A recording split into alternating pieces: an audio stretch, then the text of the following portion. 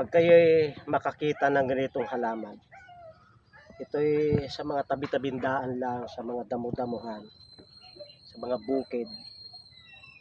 Ito yung pampurga. Tanaka ang tawag dito. Mula pagsibol, isang buwat kalahati lamang, hinog na yung kanyang mga bunga. At pag uminit, puputok yan, tatalsik. Bago yun yan, kung saan ang direksyon na pakayo yan. Siya.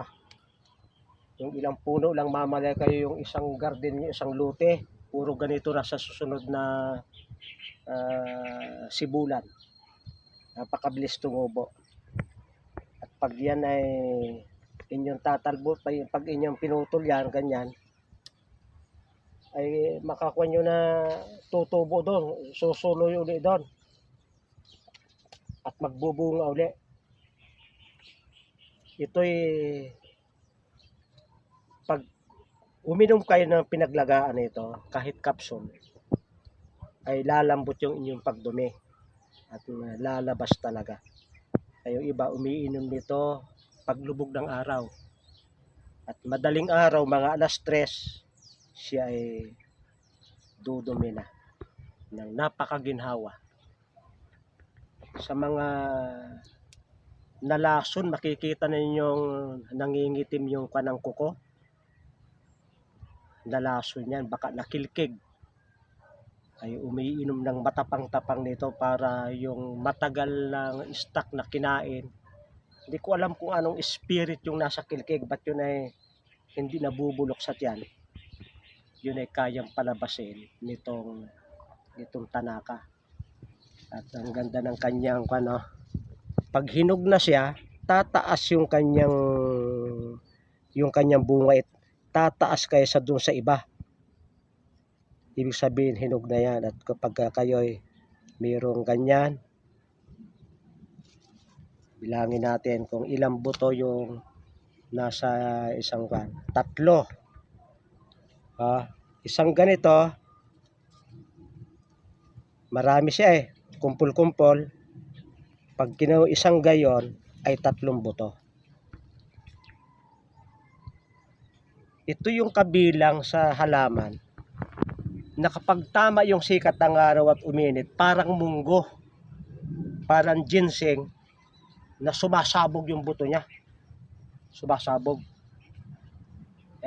Dito ay walang ganito.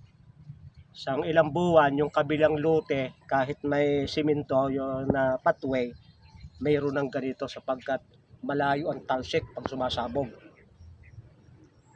Kilalang kilala ito sapagkat ganyan yung kanyang itsura. Pagka hindi pa bumubunga, malapad yung dahon. Ganyan yung dahon pag hindi bumubunga. At habang siya ay bumubunga, lumiliit yung kanyang dahon. Ito yung magiging sanga na maliit na yung kanyang dahon. Ito ay ginagawa ko sa paggawa ng langis. Sapagkat yung mga parasite sa balat, pag ito ay pinirito kasama ng mga herbal, yung phytochemical ay sumasama doon sa langis at magandang pampahid. Pero ang main na kuha nito ay pampapurga. Pero kung minsan kinakain ito ng baka, ay hindi naman nagtatay yung baka. Parang sa tao lang siya magaling. Sa tao siya magaling pampurga. Sapagkat hindi ko naman ito kailangan at sa Occidental Mindoro ang mina nito sobrang dami. Sa mga bukid-bukid ay ito'y amin ang gagamasin. Tingnan nyo, laki ng puno ng tingnan natin kung gaano lumaki rin.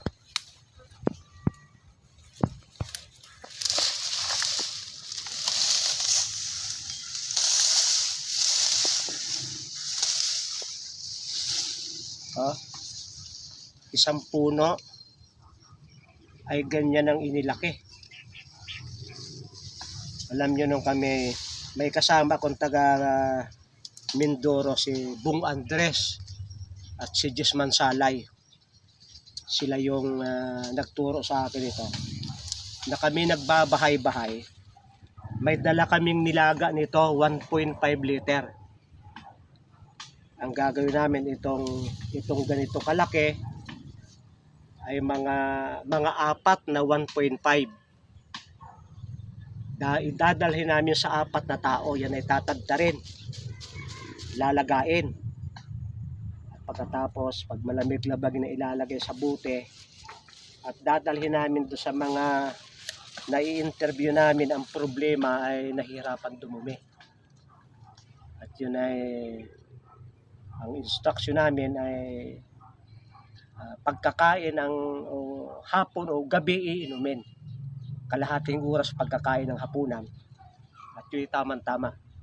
Na bandang alas 3 sa madaling araw, makakaramdam na siyang dumimi. Kung siya ay nagtatrabaho sa opisina, edi ang inom ay gabi para hindi maepektihan kayong trabaho. Kung sa estudyante sa araw, edi ang inom nga ay sa gabi. At ito nakakatulong. Alam nyo, pagka lumabas na yung dumi sa ating bituka, ang ganda baga ng ating pakaramdam. Parang tayo nakalampas sa kamatayan, nakalampas sa mahirap na pagsubok ng buhay. Ito tatandaan ninyo. Pagka ito'y pati katawan ay sinasama namin, pero ang mga kapsul namin ito, ang mga tinamin ay dahon lang. Sapagkat siyempre, mas mabisa yung dahon kaysa katawan. Kaya sana ay makakita kayo nito. Kung kayo constipated, maghanap-hanap kayo nito.